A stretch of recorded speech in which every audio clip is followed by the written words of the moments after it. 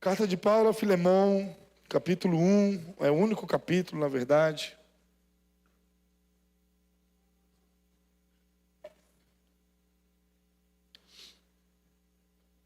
Uma carta antes de Hebreus, depois de Tito.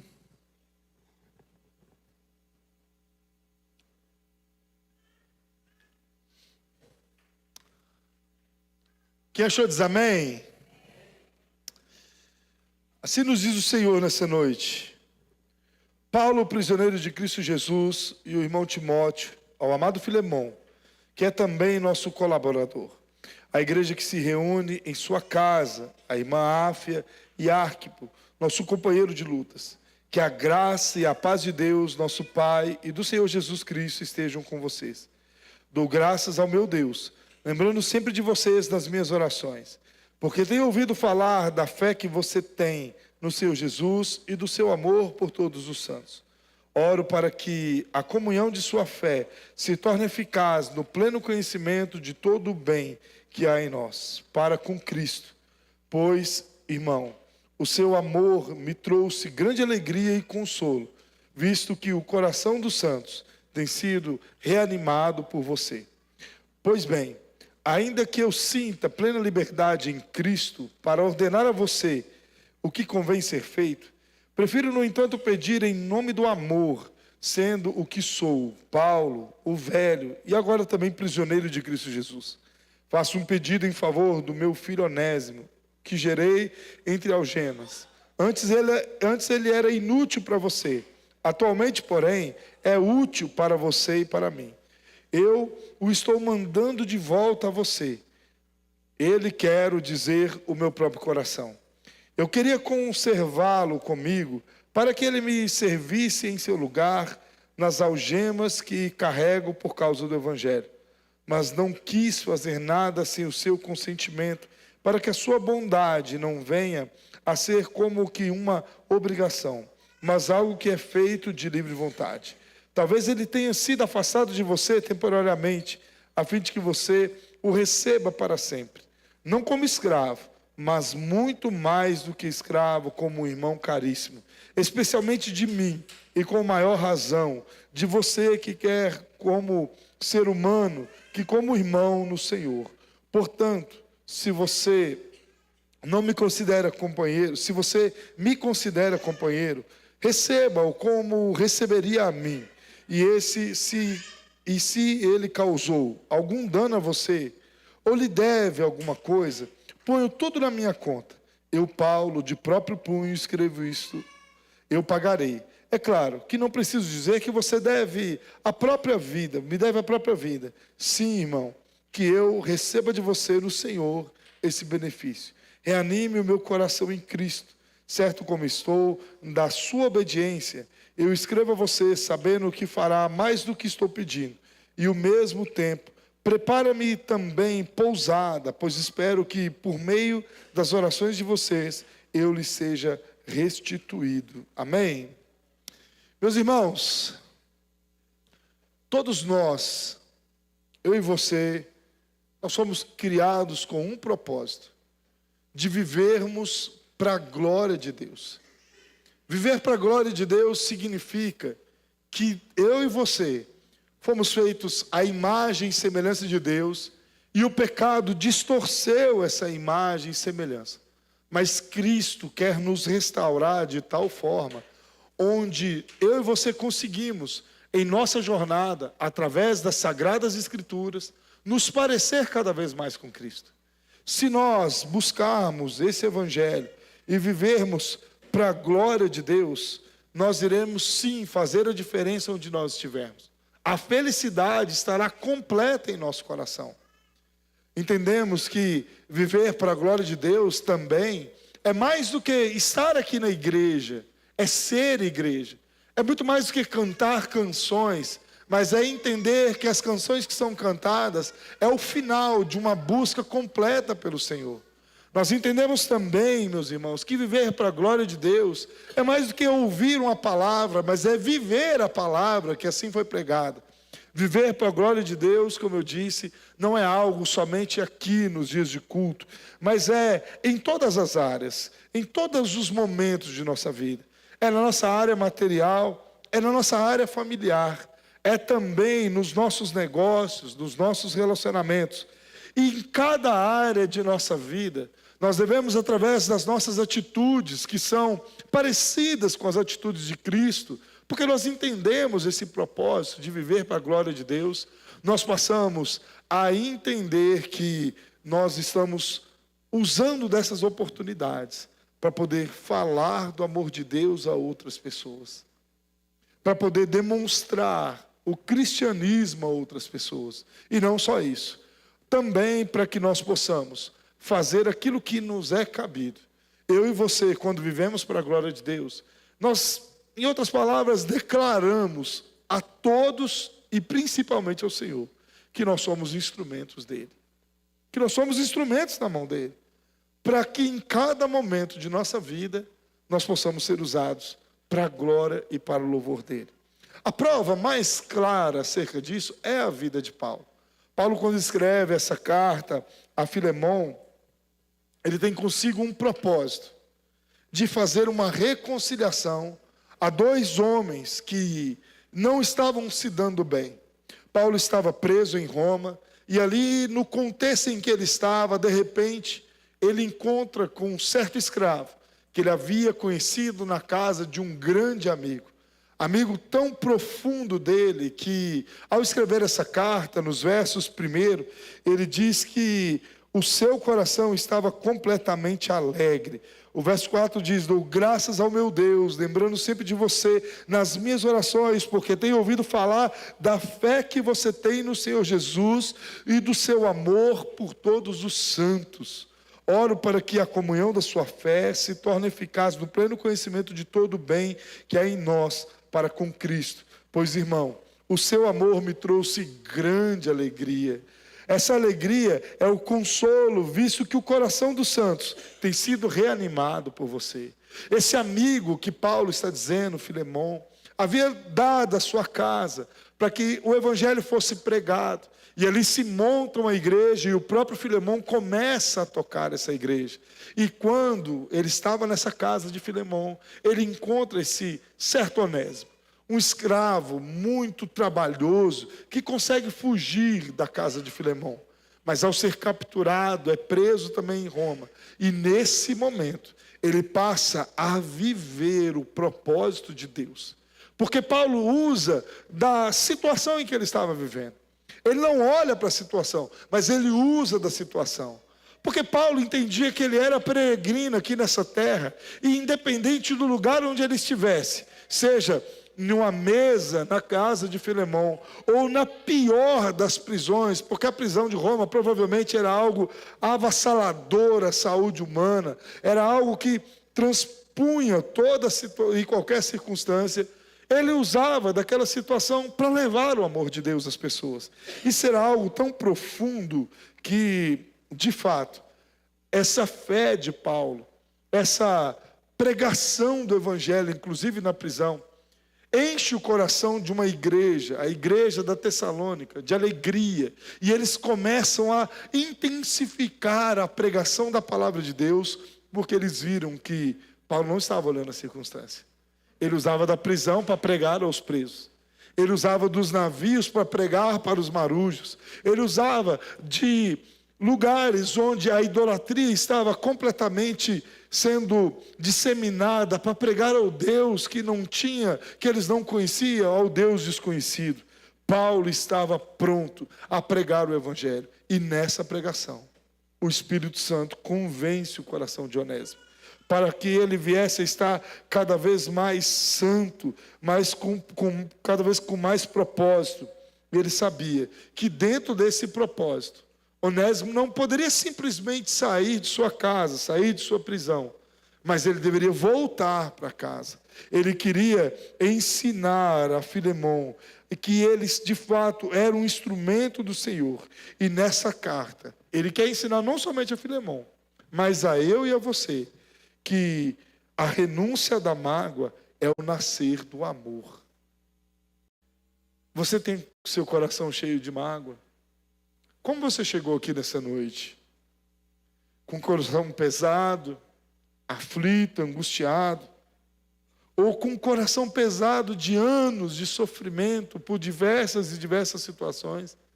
Eu quero te dizer que Paulo está ensinando para mim e para você que ao renunciar à mágoa, irá nascer no seu coração o amor. E esse amor não é qualquer amor, mas é o amor que vem de Deus. Paulo nos ensina isso, em primeiro lugar, sem se impor por nada. Ele começa nos mostrando, nós vamos entender em primeiro lugar essa introdução do porquê Paulo faz isso com Filemão.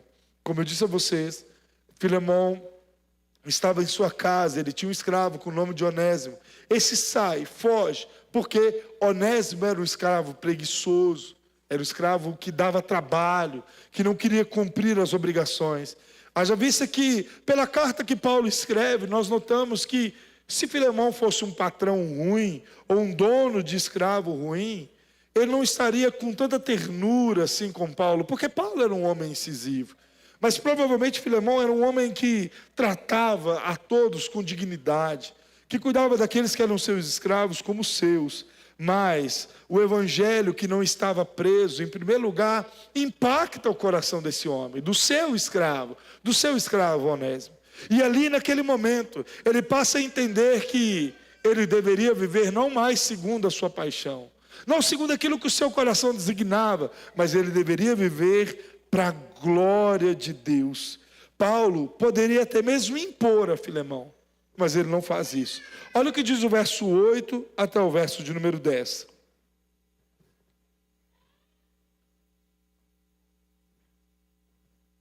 Pois bem, ainda que eu sinta plena liberdade em Cristo para ordenar a você o que convém ser feito, prefiro, no entanto, pedir em nome do amor, sendo que eu sou Paulo, o velho, e agora também prisioneiro de Cristo Jesus. Faço um pedido em favor do meu filho Onésimo, que gerei entre algemas. Antes ele era inútil para você, atualmente é útil para mim e para você. Esses versos 8 até o verso de número 10 mostra a intimidade que Paulo tinha com Filemão. Olha, Filemão, é o seguinte, eu queria te pedir, eu até poderia ordenar, Paulo poderia usar da sua patente, vamos dizer assim, da autoridade que por Deus foi constituída a ele, a autoridade de apóstolo que era merecida a ele naquele momento, para poder impor a Filemão, olha, pegue esse rapaz novamente. Mas ele diz, prefiro no entanto pedir em nome do amor. Ou seja, o amor é aquilo que transforma o coração do ser humano, meus irmãos. Quando nós renunciamos à mágoa, como eu disse, o amor nasce em nosso coração e nós passamos a suportar as diversas situações por causa disso. O amor que Paulo está dizendo é o amor que havia sido construído dentro da prisão entre Paulo e Onésimo. A oração de Paulo, a intercessão de Paulo era a intercessão de um homem para com seu filho. Filho não biológico, é claro, mas um filho na fé.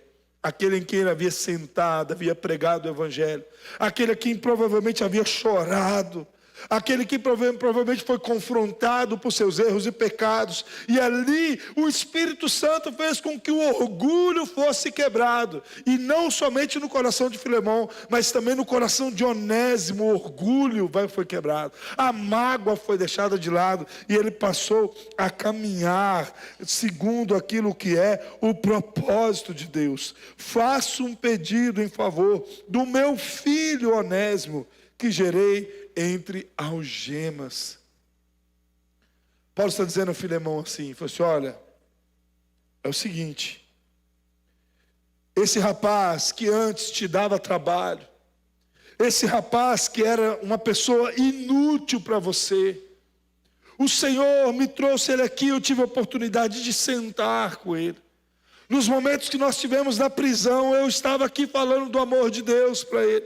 E agora ele não é mais inútil a você, mas ele é útil para mim e para você. Porque ele agora não é mais qualquer pessoa, mas ele é um filho na fé. Paulo, quando está dizendo isso, ele está dizendo a certeza, com certeza, que o coração desse homem foi completamente transformado. Porque ele foi gerado nas algemas. Meus irmãos, ele foi gerado nas algemas em todos os sentidos. No sentido secular, onde ele iria voltar, ele não seria mais inútil. Mas no sentido espiritual, porque já havia morrido o antigo Onésimo e havia nascido um novo homem. Meus irmãos, já parou para pensar na atitude de Paulo? Quantas vezes nós temos a oportunidade de ver uma situação onde nós temos condições de intervir e nós simplesmente falamos assim, não vou botar a mão nisso aí não. Nós até muitas vezes dizemos assim, em briga de marido e mulher, não se mete a colher. Sendo que o Senhor nos capacitou com o Espírito Santo de Deus para poder intervir diante de situações que podem inclusive levar à morte. Sendo que o Senhor nos colocou com a oportunidade de interceder para aqueles que estão em nossa volta. É isso que ele faz acerca de Filemão. Para que ele o aceitasse em amor, em graça. Para que ele pudesse ter a oportunidade de fazer o bem, em primeiro lugar, pela família da fé. Porque agora não era mais somente Onésimo que era seu filho, mas Filemão ele também o considera como seu irmão. E eu quero te dizer uma coisa, isso tudo só aconteceria quando o Senhor curasse em primeiro lugar o coração de Onésimo. Quando ele chegasse e tivesse o seu coração totalmente transformado. E depois disso, também o coração de Filemão. E eu te pergunto, como você chegou aqui? Qual é a mágoa que você tem carregado? Você é capaz de receber aqueles que um dia te prejudicaram de volta? Se eu chegasse para você e te fizesse uma ligação, diante daqueles que muito te decepcionaram, que te deram trabalho, e eu fizesse uma ligação para você e dissesse assim, olha fulano, Ciclano me procurou, arrependido, com o coração quebrantado, moído. E eu tive a oportunidade, encontrei-o no meio do caminho, conversei com ele, ele se arrependeu do que ele havia feito. O receba de volta. Esse que teve sua vida transformada, o que você faria? Você simplesmente daria lado ao Senhor, ou você deixaria tudo quieto? A renúncia da mágoa é o nascer do amor, meu irmão. E Paulo quer nos ensinar e ensinar a Filemão, promovendo entre os dois um reencontro. Esse reencontro era necessário para que as brechas fossem fechadas, para que aquilo que havia acontecido fosse deixado de lado, para que o sentido do perdão viesse a ser colocado em xeque. E eu quero te trazer algo à memória. O perdão não significa uma amnésia, mas o perdão é lembrar e entender que já não dói mais. Porque aquele que é o médico dos médicos, que tem poder de curar a nossa alma, tocou em nossas vidas. E já não vive mais nós, mas Cristo vive por cada um de nós. Como eu disse para vocês, ele procura promover um reencontro. O verso 12 diz, eu o estou mandando de volta a você. Ele, quero dizer, o meu próprio coração. Não era qualquer pessoa. Não era alguém que Paulo não conhecia. Não era alguém que Paulo já não confiasse no caráter transformado. Mas era alguém que Paulo diz, olha, eu não estou enviando somente ele. Mas a alegria a minha alegria é tão grande na conversão do caráter desse homem, que eu estou enviando a você o meu próprio coração, o meu filho na fé, a quem eu gerei com algemas. Paulo queria convencê-lo de uma forma clara. Eu que queria conservá-lo comigo para que ele me servisse em seu lugar nas algemas que carregam por causa do Evangelho. Mas não quis fazer nada sem o seu consentimento, para que a sua bondade não venha a ser como de uma obrigação, mas algo que é feito de livre vontade. Não existia pressão, não existia imposição, não existia alguém querendo aproveitar daquilo que ele tinha na mão como autoridade, Não tinha alguém querendo impor uma situação de humilhação. Não tinha nada disso. Tinha alguém que queria trazer um novo reencontro. E eu quero que você pense sobre essa necessidade de Onésimo voltar para a casa de Filemão. Onésimo, ao olhar tudo isso, imagine Paulo conversando com ele, disse, olha, você não pode ser livre aqui da prisão onde você está e simplesmente ficar vagando por aí. Mas você vai voltar para casa. Eu vou te mandar uma carta. E nessa carta, escrita por mim, eu estarei colocando o meu nome em jogo por você. Você vai entregar essa carta a Filemão. E aí, eu te chamo a atenção por algo muito interessante. Imagine um escravo tendo a obrigação de voltar ao seu senhor. Nós falamos que somos escravos de Cristo, mas voltar a Cristo é muito bom. Mas Onésimo aqui está sendo intimado a voltar para a casa do seu senhor. Se Filemão recebesse essa carta e ele não fosse tocado pelas palavras de Paulo, embora eu creia que o Espírito Santo já havia direcionado Paulo tudo isso, ele poderia inclusive ser morto pelas leis de Roma, para que outros escravos que ali estavam pudessem ver e essa situação servir de exemplo. Mas ele já não vivia mais ele, mas Cristo vivia sobre o coração dele. E ele sabia que se fosse por força, não iria acontecer, por isso Paulo precisava interceder. Mais uma vez eu leio, mas não quis fazer nada sem o seu consentimento, Filemão. Ou seja, se você achar por bem, eu até o recebo para a continuação do Evangelho, mas não antes de ter esse reencontro. Sabe por que Deus está falando conosco hoje? Que brechas estão sendo fechadas. Situações estão sendo curadas. Mágoas estão sendo colocadas de lado, ou melhor, para trás. E renúncias estão sendo feitas para que brote o amor dentro do nosso coração. O nosso coração, meu irmão, não pode ser de dois senhores. Ou ele é de Deus, ou ele é do diabo. Ou ele é do Senhor, ou ele é do diabo.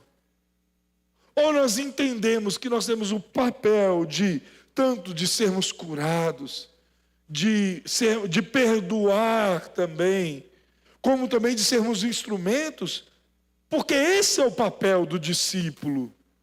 O discípulo, ele anda segundo a visão do seu mestre. Eu disse no início da pregação, no início dessa mensagem, que nós vivemos para a glória de Deus, Kenny. As nossas atitudes, Márcio, devem ser para a glória de Deus. Isso significa se parecer com Cristo. Ou seja, se você quer se parecer com Cristo, Jesus está dizendo, então você siga a minha vontade. E por mais que a vontade de Deus, o seu pecado grite a você dizendo assim, olha, a vontade de Deus não é o que você quer.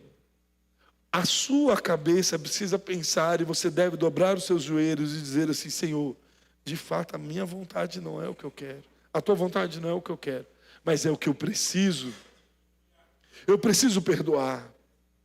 Eu preciso ter o meu coração tão voltado para Cristo, segundo as atitudes de Cristo, que não importa o que Onésimo fez, mas não importa o que eu vou fazer com ele a partir de agora.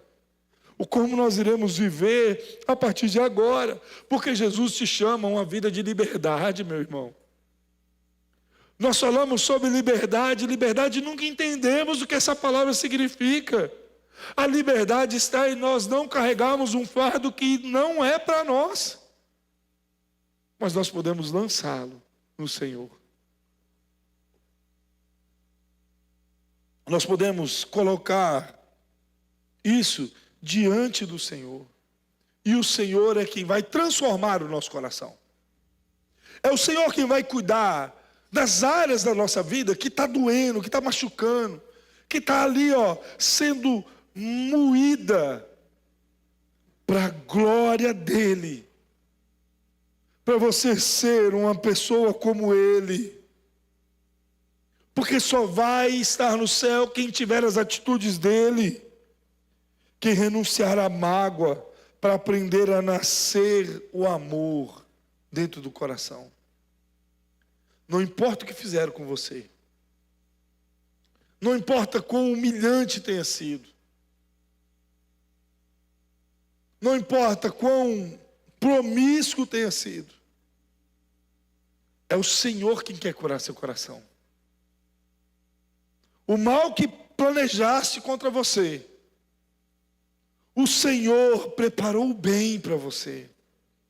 Enquanto estavam preparando o mal, o Senhor estava preparando o bem para mim e para você.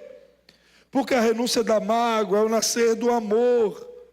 Paulo nos prova isso, conhecendo Jesus, a sua soberania e o seu evangelho. Se nós não conhecermos Jesus, a sua soberania, e vivermos esse evangelho, nós não iremos largar aquilo que nós estamos carregando diariamente, aquilo que dói. Os versos 15 a 21 vai nos mostrar isso. Ele começa dizendo assim: talvez ele tenha sido afastado de você temporariamente, a fim de que você o receba para sempre. Sabe o que é isso, meu irmão? É um homem que está escrevendo uma carta, reconhecendo, em primeiro lugar, a soberania de Deus. Nós passamos por situações na vida que nós não entendemos o porquê. Nós sofremos humilhações na vida, sofremos derrotas na vida. No ditado popular, nós tomamos alguns tombos na vida que nós não entendemos o porquê. Mas o Senhor sabe, porque Ele é soberano, Ele é onisciente, Ele sabe de todas as coisas. E Ele tinha um propósito nisso. Porque talvez se você ficasse naquilo que você está, talvez você não o conheceria. Uma das cenas, eu não sou muito de assistir filme gospel, não gosto muito. Mas assisti aquele filme Deus Não Está Morto 1. Quem já assistiu esse filme? Eu não sei você, mas o que me chamou a atenção não foi a parte onde todos começam a dizer Deus não está morto, Ele está vivo, mas foi a parte de uma mãe que estava completamente já fora do seu juízo normal, e o filho dela, podre de rico, começa a debochar dela por causa do Deus que ela servia. E ali Deus dá a ela, recobre a consciência dela e diz para aquele rapaz, mais ou menos assim, falou assim: olha, às vezes Satanás nos coloca dentro de uma sala, e dentro dessa sala tem uma geladeira, tem um sofá confortável, um ar-condicionado, e a porta está aberta. Mas nós não queremos sair dela por causa do conforto que nós temos. Às vezes, meus irmãos, se você não tivesse passado por tanta luta, você não estaria aqui hoje. Pare de olhar para você e não entender que existe o propósito de Deus. Quando nós viemos de Minas, a minha mãe chorou por cerca de 5 anos. Eu não estou falando isso com tom de deboche. Mas se ela não tivesse vindo, nós não tínhamos conhecido a Jesus. Se ela não tivesse renunciado aos seus pais, a quem ela viveu dentro da casa deles a vida toda, nós não tínhamos conhecido a Jesus. Renúncias são importantes para que nós possamos encontrar Cristo nessa caminhada. Paulo intercede por Onésimo, não é à toa, é porque ele sabia que existia uma situação difícil. E por isso ele diz no verso 17: portanto, se você me considera companheiro, receba-o como receberia a mim. Ou seja, deixa de lado, abandone tudo aquilo que ele fez e comece uma nova caminhada. E se ele lhe causou algum dano a você, ou lhe deve alguma coisa, ponha tudo na minha conta. Eu, Paulo, de próprio punho escrevo isso: eu pagarei. Deus está falando algo com essa igreja, meus irmãos. Porque já são cerca de 3 mensagens que Deus nos leva ao bom samaritano. Porque às vezes o Senhor colocará pessoas na nossa vida, onde nós falaremos de Jesus a ela, que nós iremos ter que avalizar elas. E eu não estou falando financeiramente. Eu estou dizendo para você, que você é um instrumento de Deus. E você precisa levar esse amor às pessoas, para que haja reconciliações na vida delas. Para que haja mudança de caráter na vida delas. Onésimo era um novo convertido. Filemão já um crente velho. Mas os dois estavam longe do Senhor pelas mágoas que existiam dentro do coração deles. E Paulo sendo instrumento de Deus para curar a vida dos dois. Porque não é o tipo de igreja que nos tira as circunstâncias que nos magoam, mas é um relacionamento com Cristo. É uma vida com Deus. Paulo conhecia esses discípulos. Ele mostra no verso 20 e 21, ele diz assim na parte B do verso 20, reanime o meu coração em Cristo. A alegria de Paulo, mesmo estando preso, mesmo estando numa situação deplorável, humana. Se você acha que as prisões de hoje são difíceis, você não tem noção daquela época. Mesmo estando numa situação completamente difícil, ele olha para dentro de si e diz, reanime a minha alegria. Porque a alegria de Paulo não era se ele estava no luxo, não era se ele estava viajando, não era se ele estava com dinheiro ou sem dinheiro. A alegria dele era que uma vida se rendesse aos pés do Senhor Jesus. Não foi assim que aconteceu com o carcereiro? Aquele a quem havia o açoitado, aquele a quem havia colocado preso na prisão de Filipos, onde a história nos conta que a água de esgoto vinha até na beirada do peito, onde as pessoas saíam de lá ou mortas ou leprosas. Não é intercedendo pela vida daquele homem, para que aquele homem dissesse, o que eu preciso fazer para ser salvo? Crer no Senhor Jesus, será salvo, tu e a tua casa. A alegria de Paulo o que era? Era de vida se rendendo ao Senhor Jesus. Que ele fosse achado como Cristo, que as pessoas olhassem para ele e vissem nele Jesus na vida dele. Por isso ele dizia, sejam meus imitadores assim como eu sou de Cristo. O que Paulo está dizendo a Filemão é exatamente isso. Sejam meus imitadores, assim como eu sou de Cristo. Porque ele conhecia a soberania de Deus e vivia o evangelho do Senhor. E eu quero te perguntar nessa noite, você conhece a soberania de Deus? Então por que nós estamos enxergando as circunstâncias da vida com dor? Por que nós achamos que é injusto as coisas que acontecem conosco? Você não confia em Deus? Você não entende que a sua pátria não é aqui? Você ainda não entendeu isso? Que nós passaremos por aqui somente por alguns anos? Que por mais idoso que nós podemos viver, quanto mais idade nós podemos viver, ainda assim uma gota no oceano diante daquilo que nós iremos viver na eternidade. E você tem entendido o Evangelho? Porque o Evangelho nos traz as palavras que nós precisamos para ter a vida eterna. Somente ali nós podemos encontrar fé para suportar os dias maus. Para as mágoas que vêm sobre nossas vidas, quando elas gritarem dentro do nosso coração, nós dobrarmos os nossos joelhos e pedir, Senhor, o Senhor que é o médico do médico, venha curar. Senhor, venha trabalhar sobre o meu irmão que tem se levantado contra mim. Senhor, eu oro para que o Senhor transforme a situação dele. Porque talvez ele esteja com o coração amargurado, magoado. Muda isso, Senhor. Ou nós oramos pedindo a Deus para que Deus venha matar as pessoas que estão nos prejudicando.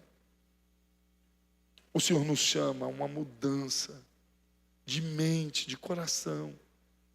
Porque só assim Ele vai receber o nosso culto racional.